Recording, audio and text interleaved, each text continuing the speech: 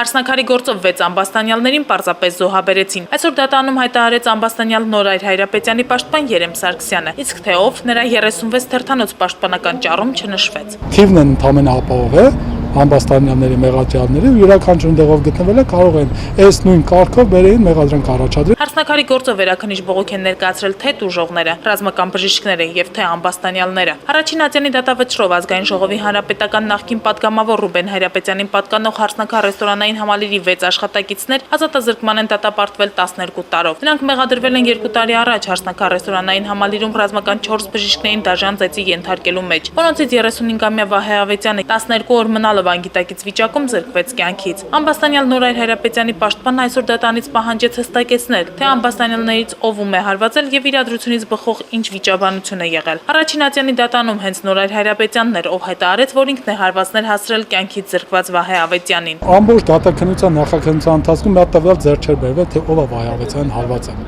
Անձը զղջալով կատարածի համար խոստովանեց, որ Հայրապետյանը դատապարտեք նրա համար, ինչ որ կատարել է։ Պաշտպանի խոսքերով գործով դատապարտված անձանցից շատերի մեղադրանքը չի ապացուցվել, քանի որ նրանք ընդհանրապես կապ չեն ունեցել տեղի ունեցածի հետ։ Այսօր իրենց խոսքում համեմատաբար մեղմ էին նաև ամբաստանյալների ծնողները։ Ես շատ եմ ցավում, Վահե Ավետյանի ընտանիքին շատ եմ ցավում,